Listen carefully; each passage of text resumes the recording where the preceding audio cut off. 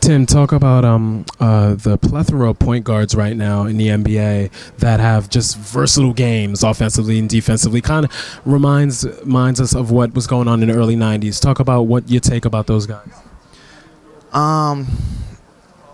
You know, right now, you know, a lot of guys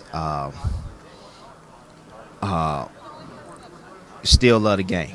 You know, we love the game. We would do anything to try to win for your team, try to be a team player.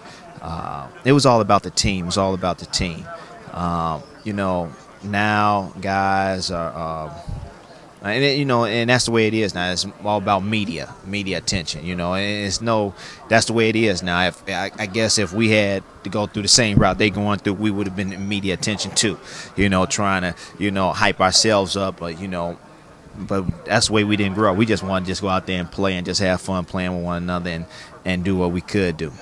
1992 All-Star Game, which is one of my favorite games because you did something really noble in giving up your spot for Magic Johnson, and just the overall aura of that game. Talk about how special it was for you, and you had a beautiful game yourself. Right. Well, that's where we grew up. You know, in our era, we grew up like that. We grew up respecting the game. We grew up respecting our elders. We grew up understanding.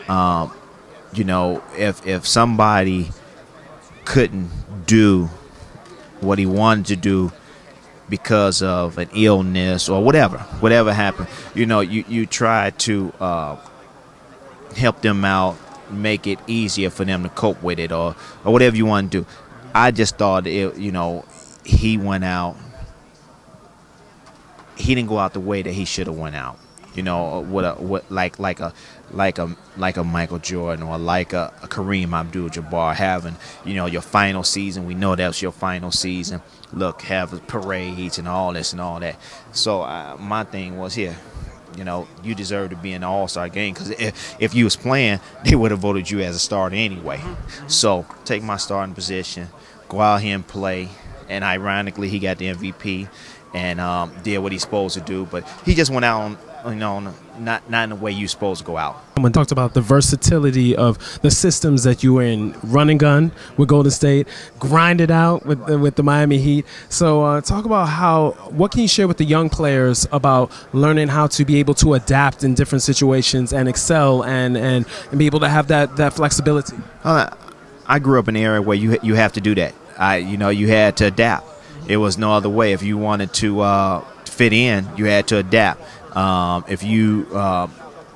was a run and gun type of guy, and I could set it up and run the offense too.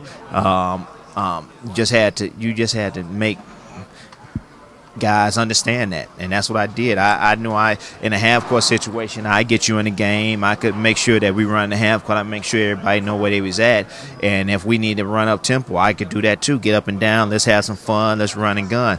So, and like I said, I had the best of both worlds. I had a big man. I had, us three. I just had the best of both worlds. So, like I said, nobody could take that away from me. I had a lot of fun. That Knicks rivalry was crazy. What you guys say? I had a lot of fun. You said Nick Pavetta. Yeah. We're not going to even go into that. That was then when we was in the war. Don Haskins, fellow Hall of Famer, with Chris Mullin and everything. Talk about what he meant to you and did so much for the young man, and of course the history behind it. Well, a lot of people don't know that he coached Tiny Archibald. And that was one of the reasons why I went to Texas El Paso. Tiny Archibald, I used to love how he played, how confident he was, how he ran the team. If you could tell Larry Bird, Robert Parrish, them guys what to do, you was somebody to be reckoned with, and that's what he did. He orchestrated everything for that team, but with Don Haskins, without his tutelage, getting his tutelage from Don Haskins, he would never been able to do that.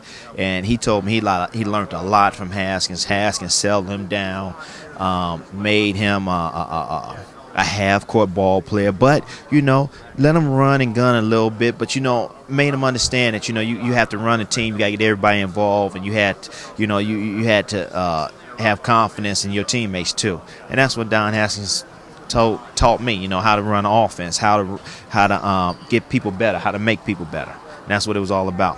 What's Tim Hardaway doing right now for the audience? Well, I do stuff. I do community liaison for the Miami Heat.